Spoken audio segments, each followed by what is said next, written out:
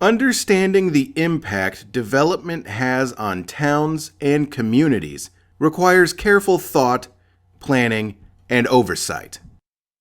A comprehensive plan, also known as a master plan, helps localities establish and enforce rules that dictate how development occurs. The plan establishes a framework for a legal resolution, a document that regulates the use of real property by defining certain limits on land use. The instrument typically includes restrictions on buildings and other structures, such as the setback, size, height, shape, and other features. Using the resolution as a guide, the local planning department tracks development and makes adjustment over time, with public input, as demographics and migratory patterns evolve. Deciding how development starts, how much building is required to meet public needs, and how much is too much is usually overseen by the local planning department and may be altered periodically in response to public proposals and resident needs. A comprehensive plan covers things such as occupancy limits, parking structures, suburban and rural residential districts, and both commercial and private land use. And planners must consider immediate needs as well as future use when creating or modifying the local plan. Let's look at some of the things addressed in a master plan, starting with land use. The public and local leaders may propose designating land for development as residential housing, commercial and industrial activities, mixed-use properties, parks, community facilities, and protected habitats for endangered species or migratory fowl. And, within each of these general areas, the plan covers more specific guidance.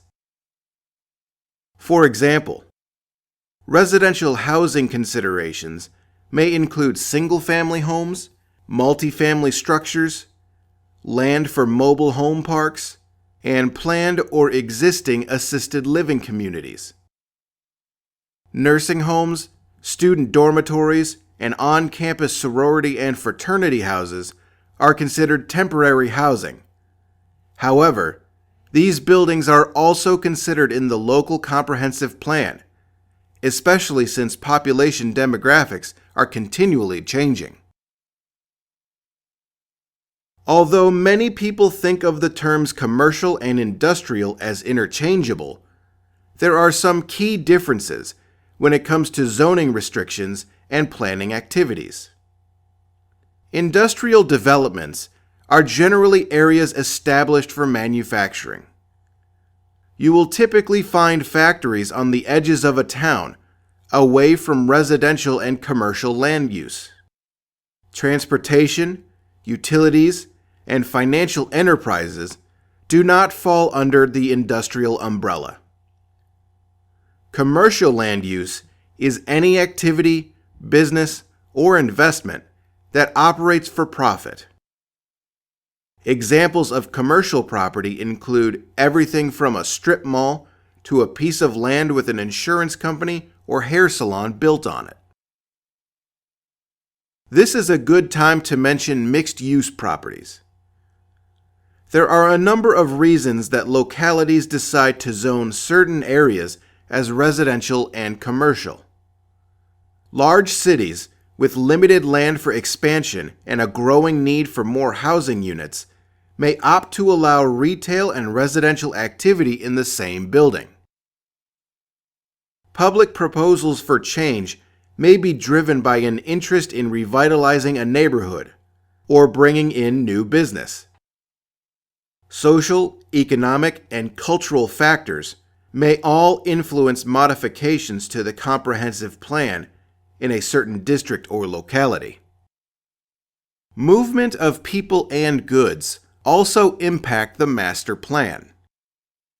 Net migration, the difference between the number of people moving into the area and the number of people leaving a region, determines how many schools are needed, type and number of roadways necessary to allow the safe, non-congested movement of food and other goods, infrastructure, like water, sewer, and other utilities, and recreational areas that improve quality of life for residents.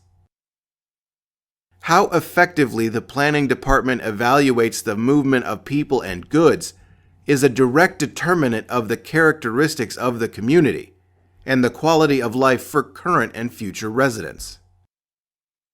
Along with commercial and residential land use, planners must consider ways to incorporate community facilities, sustainability goals, public and commercial transportation, such as airports, and protecting scenic views.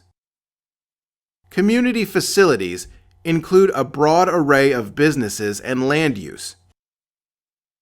Libraries, public schools, fire and rescue facilities, hospitals and other healthcare centers, jails, community centers, cultural and religious facilities, churches, mosques, and temples also fall into this category. City-owned parks, green spaces, and recreational centers may fall under the community facility umbrella in the master plan as well. So, what about sustainability goals? Because we want to protect the environment and give residents a safe, clean place to live, work, worship, and grow, the master plan takes into consideration how development will impact the environment today and for decades in the future. Sustainability goals consider three main factors.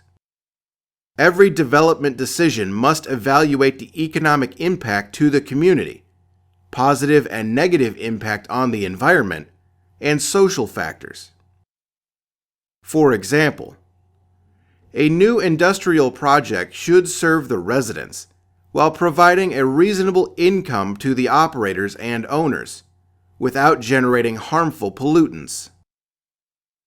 Sustainable goals look at energy consumption and utilizing renewable natural resources for building materials whenever possible. Sustainability goes further than this, though. City planners should ask themselves if proposed development fosters conservation and local energy production, or if using renewable power is possible. They might ask themselves, will the development promote local food production and reduce food-related waste? Are there any safeguards for precious natural resources, including trees and water sources? Strong, healthy communities thrive in areas where development sustains civic engagement and supports culturally diverse populations. So, while we may think that sustainable goals means going green, the comprehensive plan must evaluate ways to balance transportation that increases mobility for the citizens without adding more personal cars to the roadway. This includes considering public transportation options like local shuttles, trains, and buses to serve new developments. Public input is vital for every city, district, and neighborhood. The comprehensive plan helps ensure that the financial, social, and cultural needs of citizens are met. The plan may be modified to reduce building lot sizes or change commercial-only land to a mixed-use zone as such that it will add more housing units when the population changes. It is critical that planners consider affordability for the elderly and those who will reach old age in the future. Offering higher densities and small lot sizes when land is limited is one option planners may consider. Another could be to make changes that centralize public transportation and other services to better serve the community and provide access to child care facilities, employment centers, shopping and eating establishments, and emergency services. It is all about balancing the needs of today with the needs of the future. As you can see, the comprehensive plan is a vital instrument. As a real estate professional, you may have opportunities to work with commercial investors, residential housing developers, and private buyers looking for a new house or a vacation home. It is imperative that you understand how community development, and specifically the role the master plan, impacts the areas you will serve. Deciding how development will start and progress is not a simple task for the zoning department. When considering natural areas, the planners must consider the historical significance of the land, rare animals and plants that are in the area, and how development will affect future generations. Balancing the needs of the people with the financial goals of commercial developers and future generations is difficult and time-consuming, but vital for all stakeholders. While some people think there are too many restrictions on building and both private and business land use, zoning and planning for community expansion is necessary to ensure the health, well-being, and financial stability of everyone.